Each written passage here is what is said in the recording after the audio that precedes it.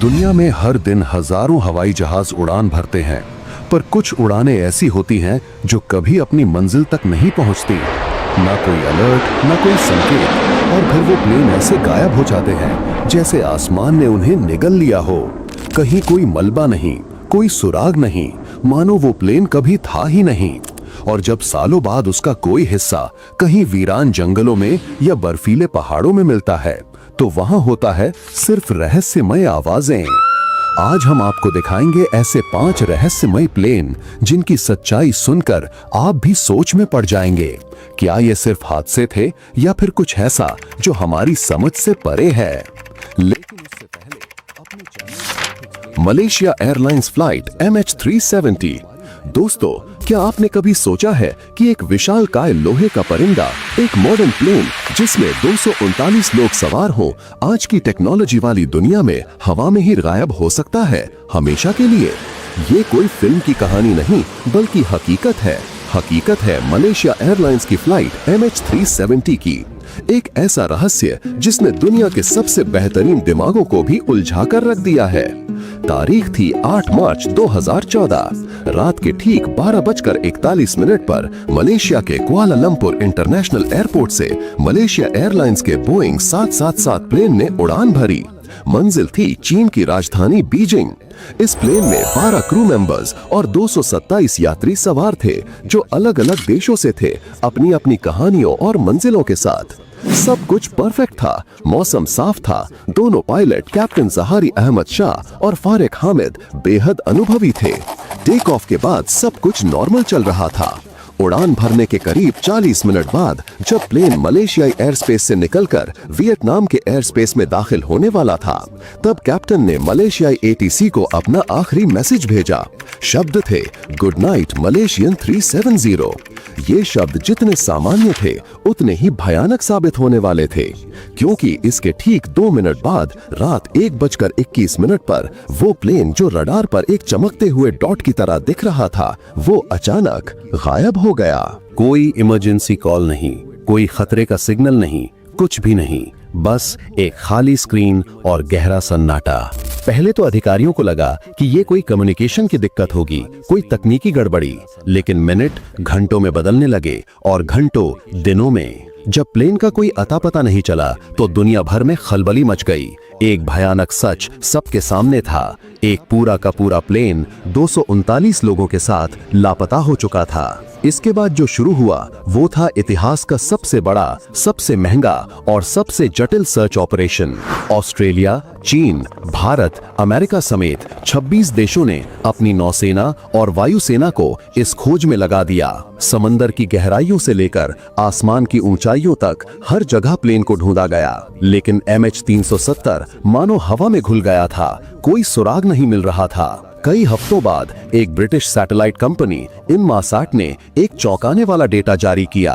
उनके सैटेलाइट को प्लेन के गायब होने के बाद भी कई घंटों तक ऑटोमेटेड सिग्नल यानी पिंग्स मिलते रहे थे। इन पिंग्स का विश्लेषण करने पर जो पता चला, उसने इस रहस्य को और भी गहरा कर दिया। डेटा बता रहा था कि प्लेन अपने रास्ते से पूरी तरह भटक गया था और दक्षिण की ओर यानी विशाल हिंद महासागर की तरफ उड़ता रहा। ये रास्ता बीजिंग के रास्ते से बिल्कुल उल्टा था। सालों की खोज के बाद 2015 में पहली बार एक ठोस सबूत मिला। हिंद महासागर में बसे रियूनियन आइलैंड पर प्लेन के विंग का एक टुकड़ा, जिसे फ्लैपरॉन कहते हैं, बहकर आ गया। जांच में पुष्टि हुई कि ये MH370 का ही था। इसके बाद मोजाम्बिक और तंजानिया के तटों पर भी मलबे के कुछ और टुकड़े मिले। इन टुकड़ों ने ये तो साबित कर दिया कि प्लेन क्रैश हुआ था, लेकिन ये कभी नहीं बता पाए कि आखिर क्रैश हुआ कहां और कैसे। प्लेन का मुख्य हिस्सा, उसका ब्लैक बॉक्स और उसमें सवार 239 लोगों का आज तक कोई निशान नहीं मिला। 2018 में करोड़ों डॉलर खर्च करने के बाद आधिकारिक तौर पर सर्च ऑपरेशन बंद कर दिया गया। Air France flight 447। बेशक हम इंसानों टेक्नोलॉजी पर भरोसा है, लेकिन कई बार इस टेक्नोलॉजी कंप्यूटर सिस्टम, सेंसर और ऑटो पायलट जैसी एडवांस चीजों से लैस होते हैं। हम सोचते हैं कि ये कभी गलती नहीं कर सकते, लेकिन क्या हो अगर यही टेक्नोलॉजी धोखा दे जाए और इंसानी दिमाग उस धोखे को समझ ही ना पाए। ऐसा ही वाकया हुआ था एयर फ्रांस फ्लाइट 447 के साथ। एक ऐसा हादसा जिसने एविएशन की दुनिया को हिलाकर रख दिया। तारीख थी 1 जून 2009। एयर फ्रांस का एक बिल्कुल नया नवेला A330 प्लेन ब्राजील के रियो डी जनेरियो से पेरिस के लिए उड़ान भरता है। प्लेन में क्रू समेत कुल 228 लोग सवार थे, जो अपने घर, अपने परिवार के पास लौट रहे थे या छुट्टियों पर जा रहे थे। शुरुआती 3 घंटे सब कुछ एकदम परफेक्ट था। प्लेन 35,000 फीट की ऊंचाई पर अटलांटिक महासागर के ऊपर शांति से उड़ रहा था।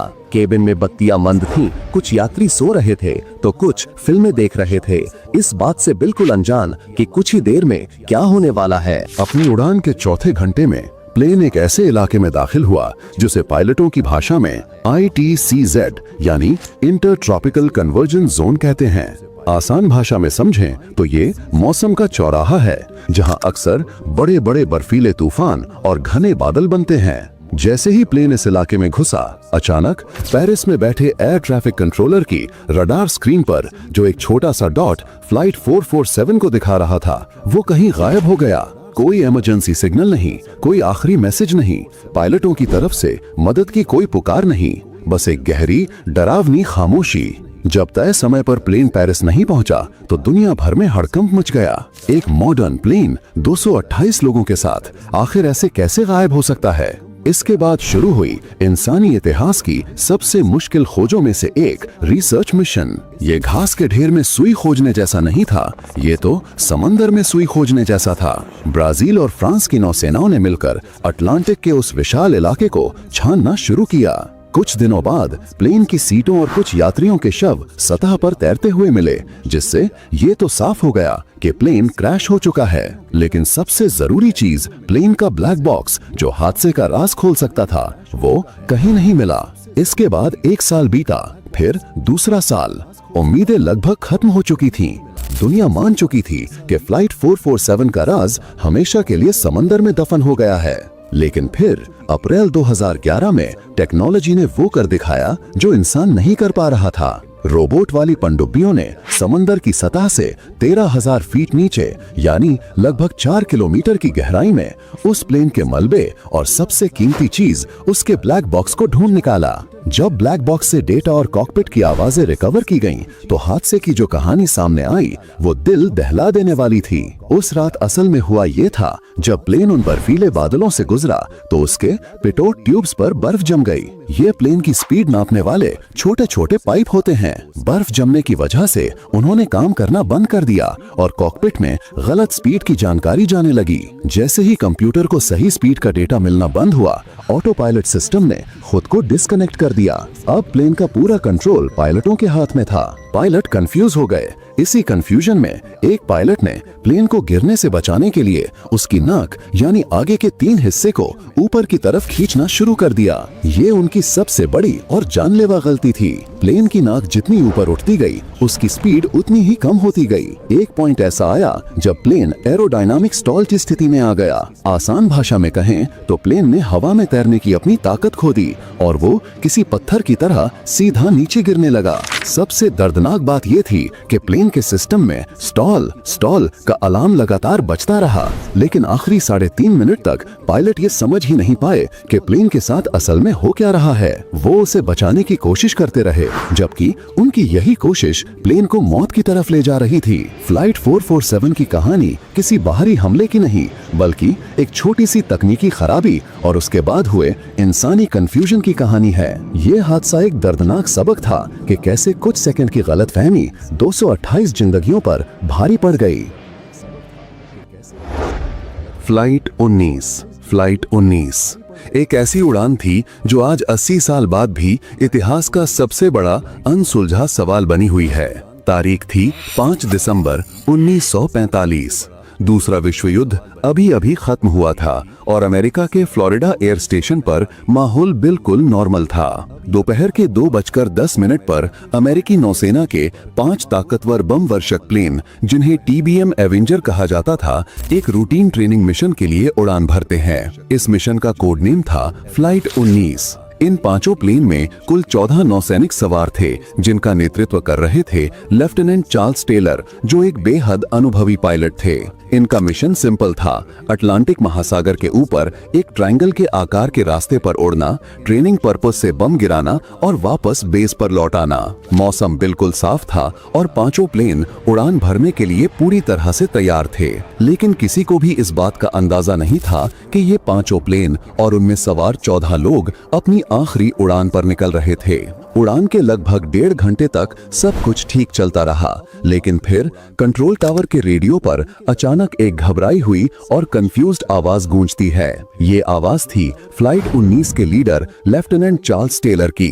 वो कह रहे थे, कंट्रोल, हम खो गए हैं, हमें नहीं पता हम कहाँ हैं, लगता है हम रास्ता भटक गए हैं। कंट्रोल टावर हैरान था, एक अनुभवी पायलट ऐसे कैसे भटक सकता है। उन्होंने टेलर से उनकी लोकेशन पूछी तो टेलर का जवाब और भी चौंकाने वाला था। उन्होंने कहा, मेरे दोनों कंपास ने काम करना बंद कर दिया है, मुझे कुछ भी समझ नहीं आ रहा, सब कुछ गलत लग रहा है, बहुत अजीब। कंट्रोल टावर ने उन्हें सूरज को देखकर पश्चिम की ओर उड़ने का निर्देश दिया ताकि वो फ्लोरिडा के तट पर पहुंच सकें। लेकिन टेलर को यकीन था कि वो फ्लोरिडा के ऊपर नहीं बल्कि कहीं और हैं। वो बार बार अपनी दिशा बदल रहे थे, जिससे बाकी 4 प्लेन के पायलट भी पूरी तरह कंफ्यूज हो गए। धीरे धीरे उनके रेडियो सिग्नल कमजोर पड़ने लगे और उनका फ्यूल भी खत्म हो रहा था। और फिर शाम के करीब 7:04 पर रेडियो पर आई एक आखिरी फीकी सी आवाज के बाद फ्लाइट 19 हमेशा के लिए खामोश हो गई। एक साथ 5 प्लेन का गायब हो जाना कोई मजाक नहीं था। अमेरिकी नौसेना में हड़कंप मच गया। तुरंत उस समय के सबसे बड़े और सबसे advanced rescue plane Martin Mariner को खोज के लिए भेजा गया। इस प्लेन में 13 लोगों की रेस्क्यू टीम सवार थी, लेकिन होनी को कुछ और ही मंजूर था। उड़ान भरने के सिर्फ 23 मिनट बाद ये रेस्क्यू प्लेन भी रडार से गायब हो गया। एक ही शाम में 6 प्लेन और 27 नौसैनिक अटलांटिक महासागर में बिना कोई सुराग छोड़े लापता हो चुके थे।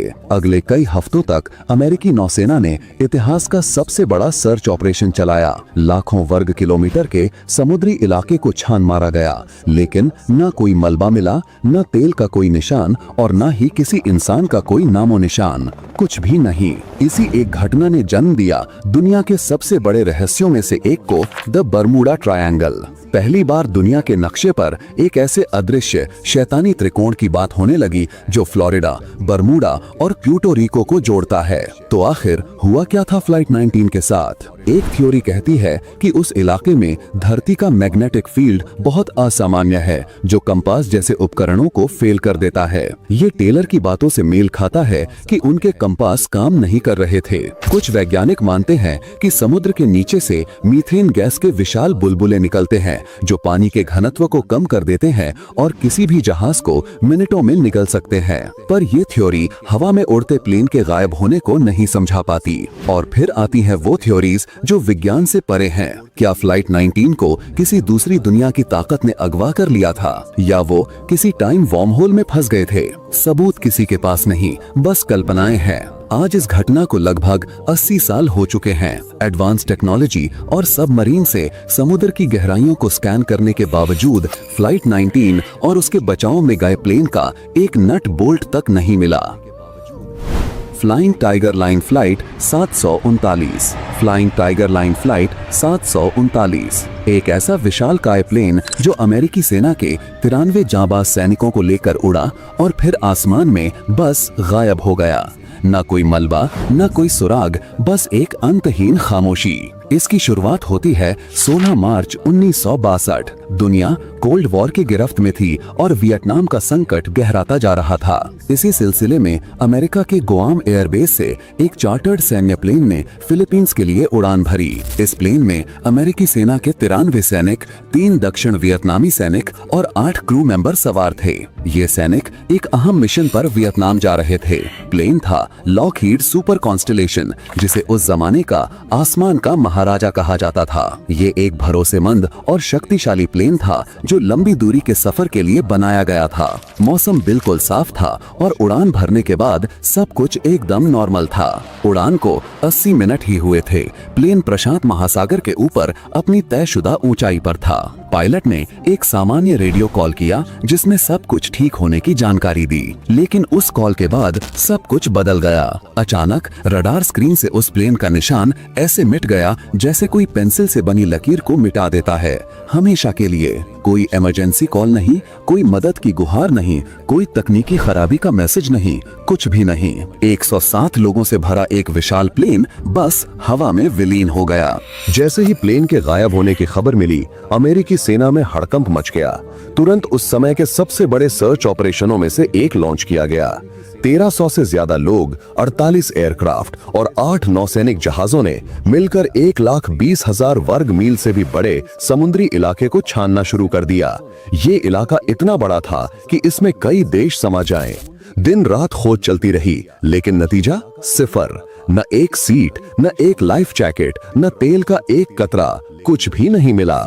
जिस वक्त प्लेन गायब हुआ, उसी इलाके से गुजर रहे एक तेल के टैंकर SSTL लेंजन के क्रू मेंबर्स ने आसमान में कुछ बेहद अजीब देखा।